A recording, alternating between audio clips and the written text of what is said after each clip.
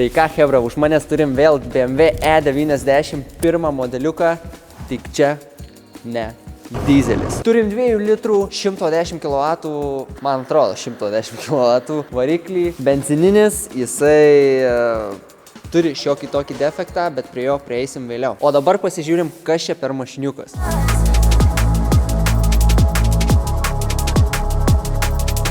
Tai ką mes darysim su šitu mašiniuku, tai iš tikro dar net nežinau. Norėjau paklausti pas jūs, ką jūs galvojat, ką galėtumėm su šitu 2 litrų benzinų 4 cilindrų 4 cilindrų variklių padaryti. Apžvelgiam komplektaciją, ką mes turim pas jį. Tai realiai turim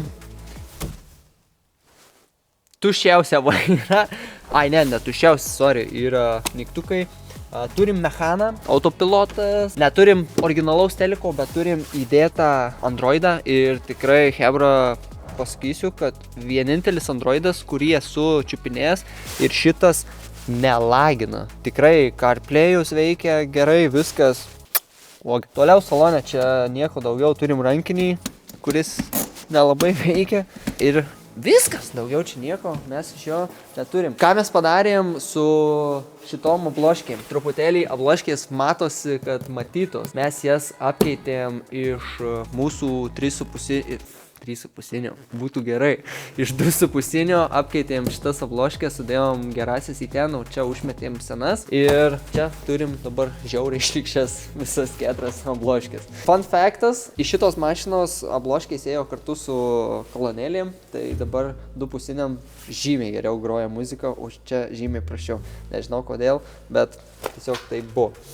Galas nieko, galas kaip galas, turim lipytas rankenėlės, nieko čia per daug, kažko maks nėra.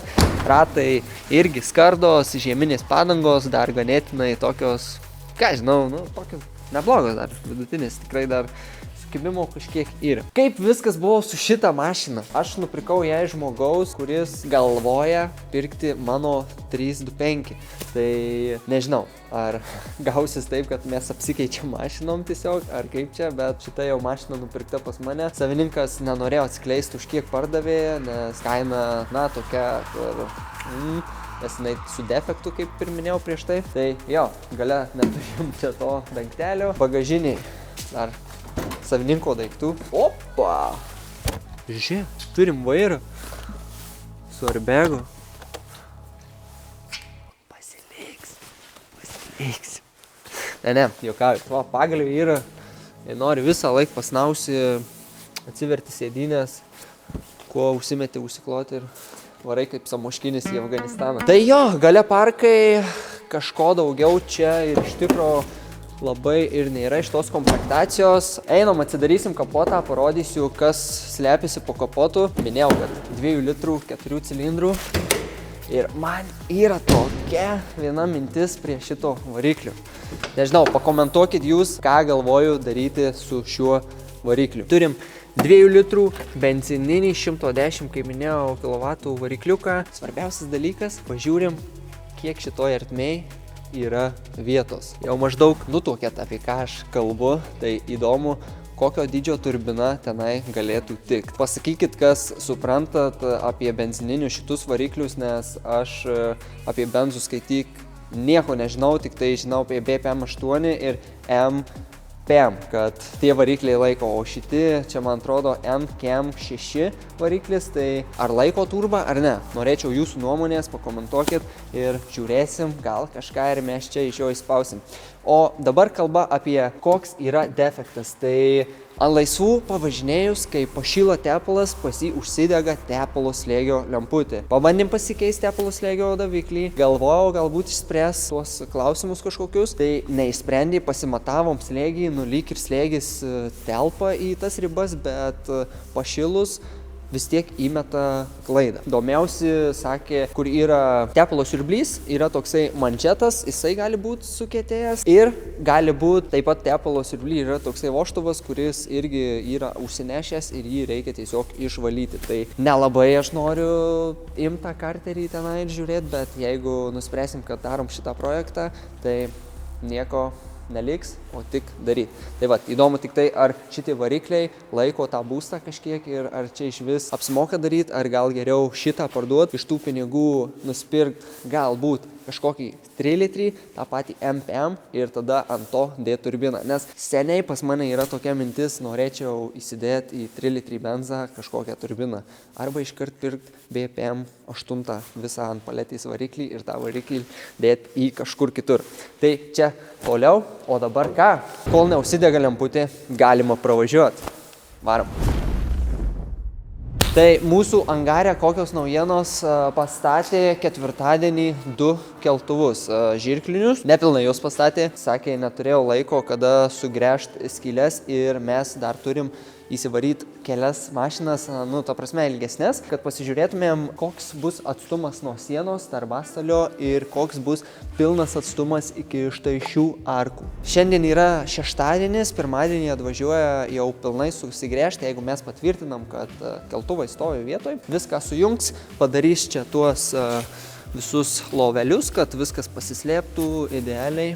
Ir bus, manau, viskas ledas. Toliau, ką mes turim jau suvedžiotą elektrą ir turim skydą šitoj pusėj, kur apsitarnausim elektrą visam šitam praliote.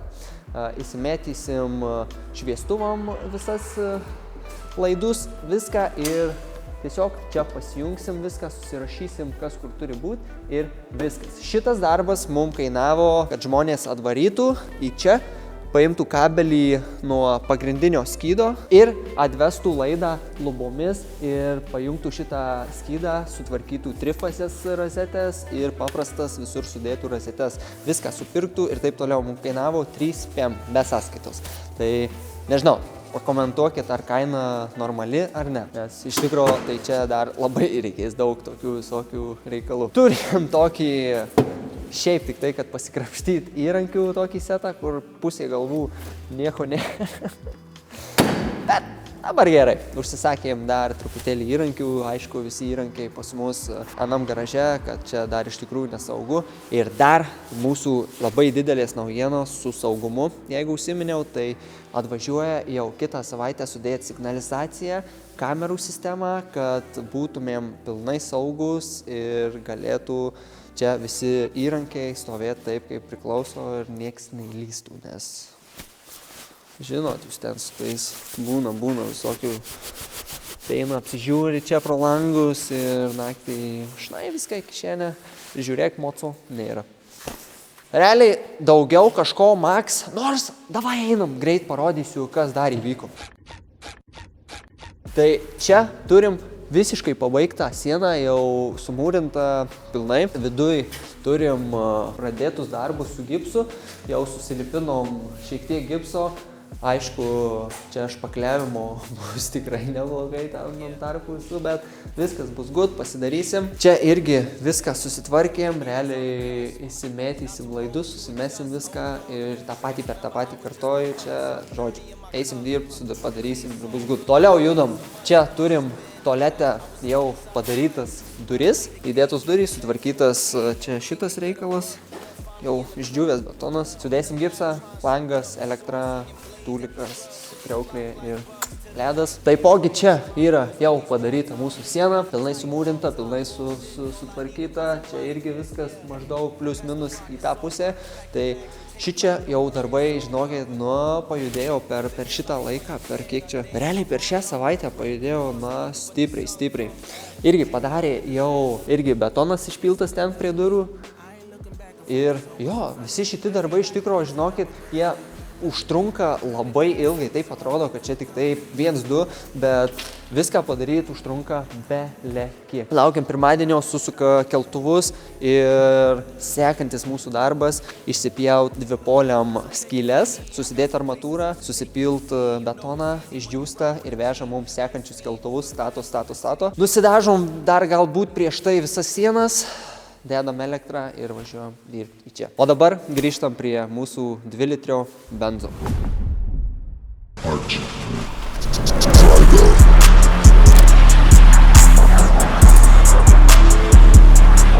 Problema, gal tas 2 litris ir važiuoja visai, ne? Man atrodo, visai nebloga mašina, hebra. Padarom dabar nuo 0 iki 100 pažiūrim, kiek galima padaryti, kokį greitį. Ir jeigu darysim projektą, tai turėsim skaičius ir žiūrėsim, kiek gali važiuoti jau paskui. Varom. Ką, esam vėl Nyderlanduose, kur mes čia atvarėm? Realiai, tu trasa Nyderlandų, kokia žiauri. Matėt? Tokį pat angarą turi kaip pas mus, Marija. Ką, pradedam? 3, 2, 1.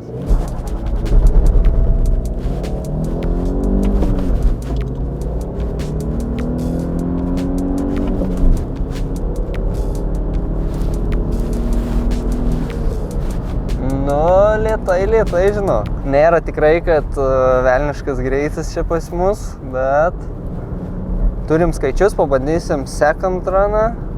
Pažiūrėsim gal kitų greičiau truputėlį, nes galbūt per mažai apsuku. Aš kai benzas, tai turi apsukos normaliai pakilti. Galbūt per mažai dėjau apsuku. 3, 2, 1.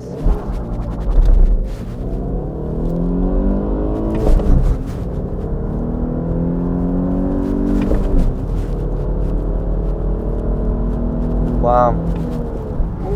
Nežinau. Truputėlį silpnokai, bet manau užteks. Grįžtam atgal į Lietuvą ir žiūrim, kas ten gero. O, tepalas įsijungia, žiūrėkit, va, ir ant...